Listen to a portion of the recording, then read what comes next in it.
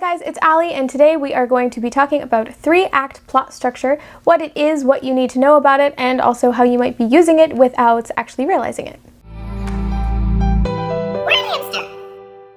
The first thing you need to know about 3-act plot structure is that it is the most basic form of plot structure you could possibly use. This thing dates back to Aristotle's Poetics, so it is very old.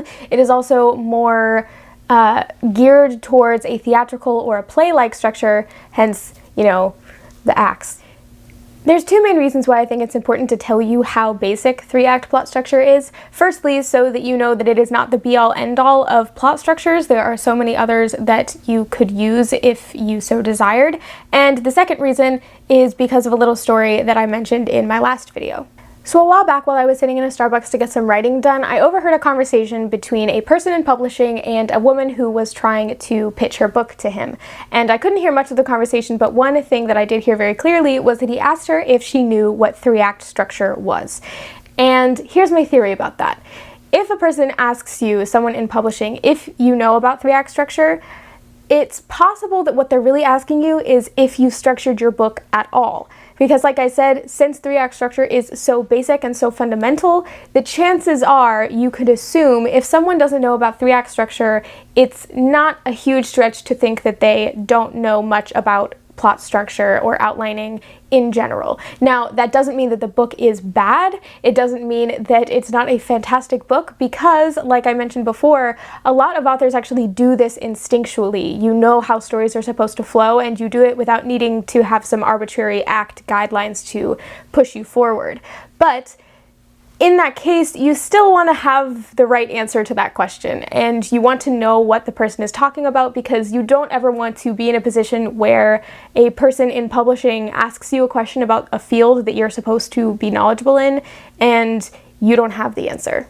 So with that being said, even if 3-act structure isn't something that you actually utilize in your own writing, I think it's very important to know about. And so the purpose of this video is to teach you that. So if you've heard about it before or haven't heard of it ever before, let's chat a little bit about what this thing called 3-act structure is and what it's all about.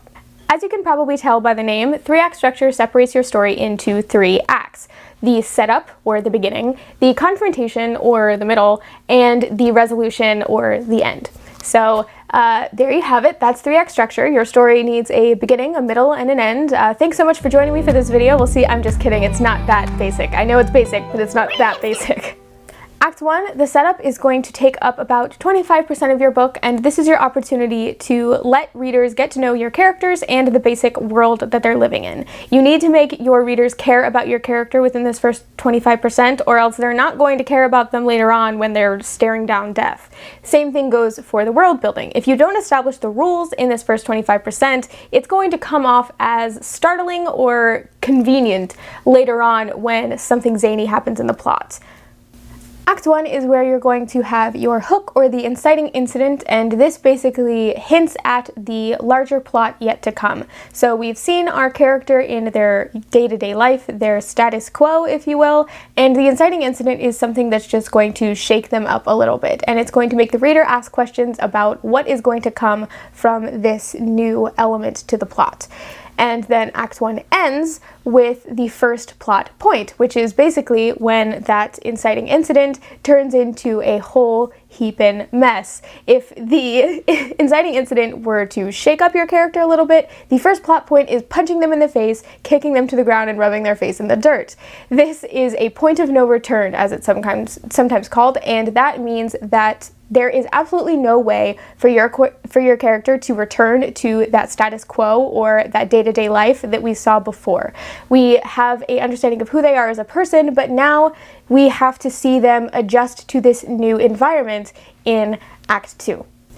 After the first plot point, we move into Act 2, which is going to take up the bulk of your story, coming in at roughly 50%. And this act is called the confrontation because it is where your protagonist is going to actually confront and interact with the antagonist for the first time. This also applies if you don't have an actual antagonist, but just some kind of inner conflict. This is where they're first going to brush up against that conflict.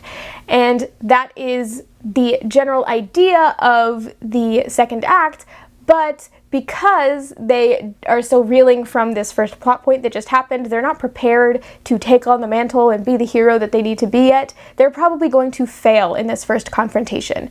And then somewhere, usually around the middle of the second act, you're going to have your midpoint, which is another turning point where your protagonist realizes or has some kind of revelation or makes a actual decision to change the story. They've been running away from this antagonist, they lost to this antagonist earlier in the story, and now they are ready to take on this mantle and work towards whatever goal it is that they now realize they have to pursue. After the midpoint, most of Act 2 becomes about completing trials, facing other things that are going to help our character develop into the kind of hero they need to be in Act 3 in order to face this antagonist and win. This is also where we learn a little bit more about the stakes of what is going to happen if our hero does not complete his task or her task, and it is basically just building up to the third act. So this is why the second act can sometimes drag, because a lot of it is just preparing for the action-packed adventure that is coming in Act 3. Act 2, like Act 1, ends with a plot point, usually called the third plot point because the midpoint counts as the second plot point. And this is another game changer, just like the other two major plot points.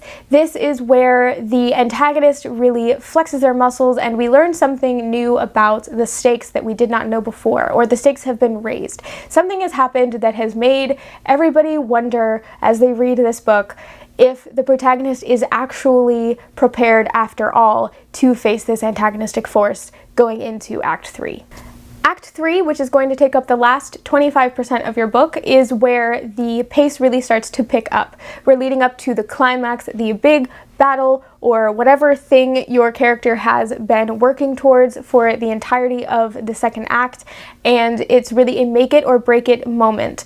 And that might be something like a big boss battle, finally coming face to face with the antagonist and having a sword fight to determine who lives or dies. It could also be something like the big basketball game that your character has been worried about for the entirety of Act 2. They're finally going into this big championship game, and it's a question of are they going to win or lose. So either way, your climax is something that is going to bring all of the things that your character has been worrying about, working towards this entire time. This whole journey has been leading up to this moment, and now it's time to see if our hero is truly a hero or not. And once the climax is resolved, that is when we see the end of the story. That's when we have all of the different subplots get wrapped up. It's when we see really what is the point of this story. You know, what was the moral of this story kind of wraps up in this place.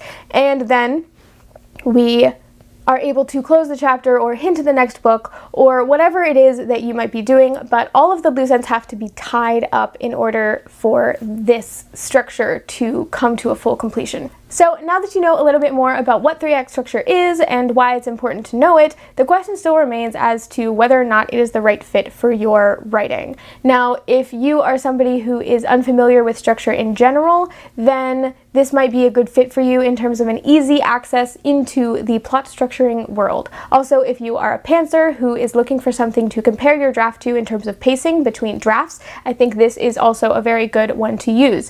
However, if you're looking at your story right now and thinking, well, crap, my story doesn't follow this at all, then it's possible that your story has pacing issues. It's also just possible that you need a different form of structure. There's so many different ways to structure your story, and just because this one is the most basic doesn't mean it's always the right one for you. So there are a bunch of different ones that you could try. There's a 22-step one, there's a 15-step one, there's some that's like a little graphic organizer. There's so many, and we can talk about those in other videos, but I just wanted you guys to understand 3-act structure so that if you ever find yourself in a position like this woman was in Starbucks, you will be able to not only say, yes, and as a matter of fact, I do know what 3-act structure is, but you might even add on to that, but I used John Truby's 22 steps, or I used the 15-step, or I used the 3-act, 9-block, 27-chapter structure. So you will be much more knowledgeable and be able to answer to those kind of questions without having to pause and worry that you're saying the wrong thing. And if you're somebody who doesn't use structure at all and you still don't want to use structure after listening to this video, chances are you're structuring your novels on your own. You are somebody who has consumed so many stories and you are writing your own, and you're probably instinctually incorporating some level of structure. Possibly it's 3-act structure. Possibly it is what we've been talking about and you're looking at your story now going, wow, this is perfect. This fits exactly what I've already been doing. I'm a genius. I mean, yes, you are a genius, but you're also just a person who's seen stories before.